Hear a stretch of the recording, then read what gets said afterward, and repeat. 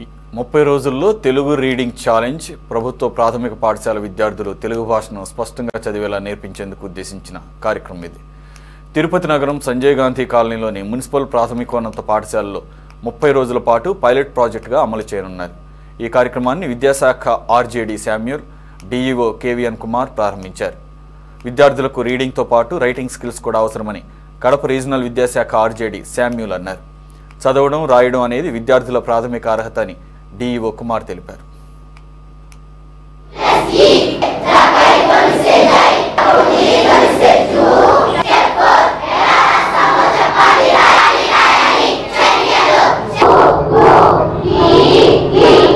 నగరపాలక ప్రాథమికోన్నత పాఠశాల సంజయ్ గాంధీ కాలనీ తిరుపతి పాఠశాల ప్రధానోపాధ్యాయులు రాష్ట్ర స్థాయిలోనే మా పాఠశాల మీద నమ్మకంతో పైలట్ ప్రాజెక్ట్ కింద మా పాఠశాలలో తెలుగు భాషను 30 రోజుల్లో చదవడం ఎలా అనే ఛాలెంజ్ కార్యక్రమంగా మా పాఠశాలను ఎంపిక చేసి ఈ పాఠశాలలో 30 రోజుల పని దినాల పాటు ఈ పాఠశాలలో తెలుగు భాషను నేర్పించడంలో ప్రత్యేక చొరవ చూపించినటువంటి Shri Bhaskar Raju educational research and hospitality centre sir director గారికి, అదేవిధంగా మా పాఠశాల ఉపాధ్యాయులందరికీ విద్యార్థులందరికీ కూడా ఎంతో శ్రమతో ఈరోజు ఈ కార్యక్రమాన్ని దిగ్విజయంగా నిర్వహించినందుకు మా పాఠశాల తరఫున కృతజ్ఞతలు తెలియజేసుకుంటున్నాం.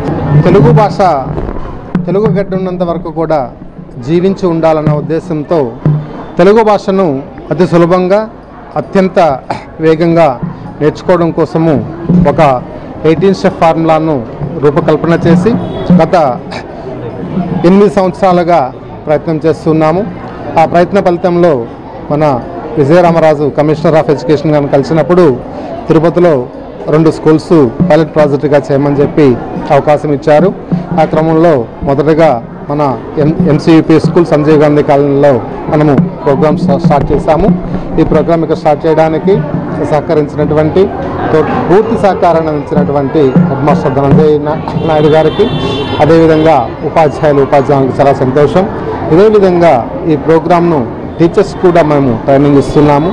ఒకసారి టీచర్స్ ట్రైనింగ్ తీసుకోవడం ద్వారా ఏమవుతుందంటే వాళ్ళ పిల్లలకు నేర్పించుకునే అవకాశం కూడా ఉంటుంది.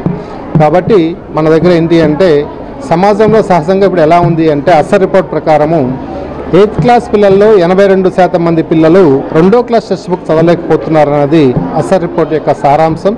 మొన్న రిలీజ్ అయినటువంటి 2025 ఫిబ్రవరి లాస్ట్లో రిలీజ్ అయినటువంటి రిపోర్ట్ కూడా దాన్ని తెలియజేస్తుంది. మరి దాన్ని తోజు రాజంతూ అది తప్పు అని నిరూపిస్తూ పిల్లలకు సరైన గైడెన్స్ శిక్షణ ఇవ్వగలిగితే 2, 3వ క్లాస్ పిల్లలు కూడా 10వ క్లాస్ బుక్ చదవగలరు, ఏ న్యూస్ పేపర్ ఇచ్చినా చదవగలరు, ఏ బుక్ ఇచ్చినా చదవగలరు అని నిరూపించడం కోసము మనము ఈ పైలట్ ప్రాజెక్ట్ను స్టార్ట్ చేశాము. దీంట్లో 60 to 70% ఆఫ్ ద స్టూడెంట్స్ సక్సెస్ఫుల్గా వాళ్ళు ఏ క్లాస్ అయినప్పటికీ 2nd క్లాస్ కానీ 3rd క్లాస్ కానీ 4th, 5th క్లాస్ పిల్లలు 10th క్లాస్ టెక్స్ట్ బుక్స్ను చదవడంలో తర్ఫీదు పొందారు. అనర్గళంగా తప్పులు లేకుండా చదవడము చేస్తున్నారు. అదేవిధంగా న్యూస్ పేపర్ ఇచ్చి చదవమన్నప్పుడు కూడా చాలా బాగా చదవగలుగుతున్నారు. మరి ఇదే విధంగా రాష్ట్రంలో ఉన్నటువంటి అన్ని గవర్నమెంట్ స్కూల్స్లో కూడా అవకాశం కల్పించగలిగితే మేము చేయడానికి మా యొక్క educational hospital and research centre తరఫున చేయడానికి మేము సిద్ధంగా ఉన్నామని తెలియజేస్తూ ధన్యవాదాలు.